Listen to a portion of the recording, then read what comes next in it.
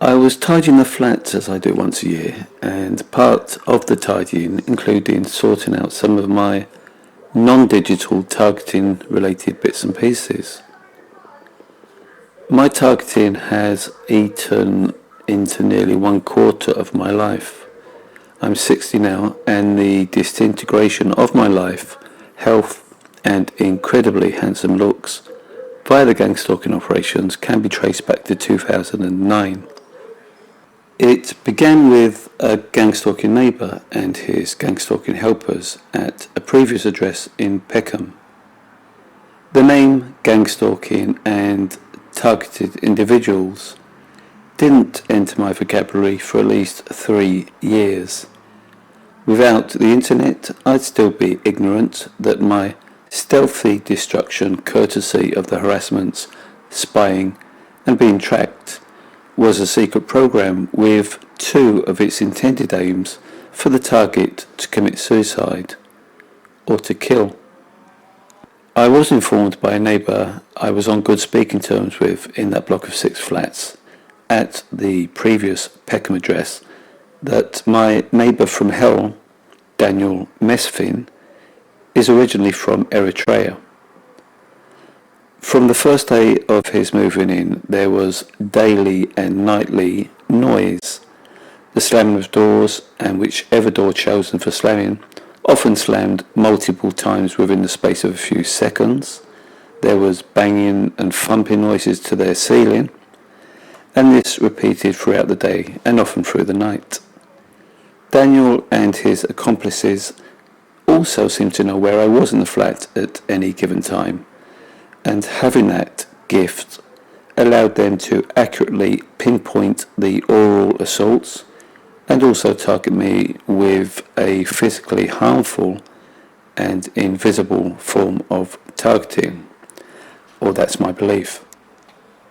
Sleep deprived and having strange aches and burning to my body, and not being a person prone to confrontation or violence, I didn't deck Daniel and the denizen of demons, but began complaining to Southwark Council.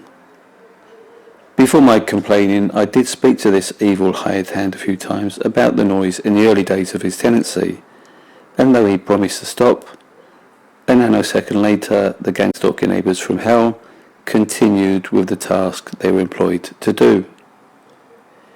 Here's some of the correspondence with Southwark Council.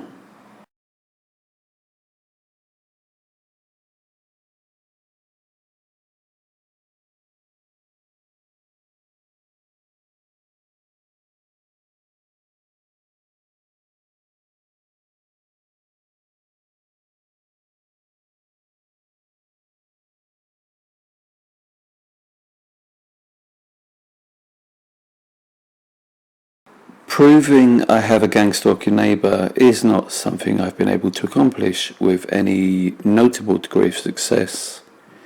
Any audio recordings were dismissed as being too noisy. And so to prevent any more damage to my body and mind, I began sleeping in parks and anywhere else before I managed, with the help of my brother, to hire a garage about 30 metres from the flat, and hope to get some respite there and have a less stressful and torturous sleep.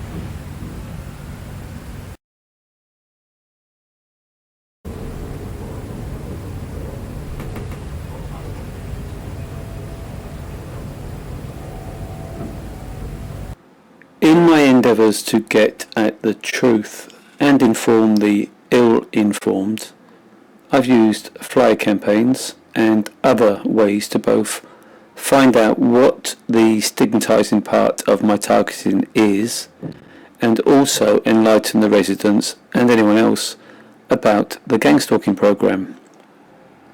My final flyer included a death threat where I emphatically stated those in receipt of that flyer would share the responsibility in any killing. Yet even this yielded not a peep out of anyone. This video has shown a part of my gang stalking journey, from my years of ignorance until my personal enlightenment of the targeting program back in 2012. I do have at least documentation of my complaints prior to learning about gang stalking and the subsequent flyer campaigns and acquired evidence of parts of my targeting which continues to be gaslit by the police. Human rights organisations, law centres and mainstream media news presenters always find excuses not to help or don't bother replying, even though I've given links to some of my evidence-based videos such as the ones in the description below. In some of my snail mail communications I've included a memory card or memory stick and a typed or a handwritten letter, but even with that more personal touch I've still been ignored or fobbed off. My YouTube channel boldly states that I'm just proving the gang stalking conspiracy. My BitChute channel is titled Targeted in London, and both titles are real-world facts, despite the police's ridiculous attempts at gaslighting my evidence and portraying me as delusional. I've added links to 3 videos with personal evidence of my targeting in the description below.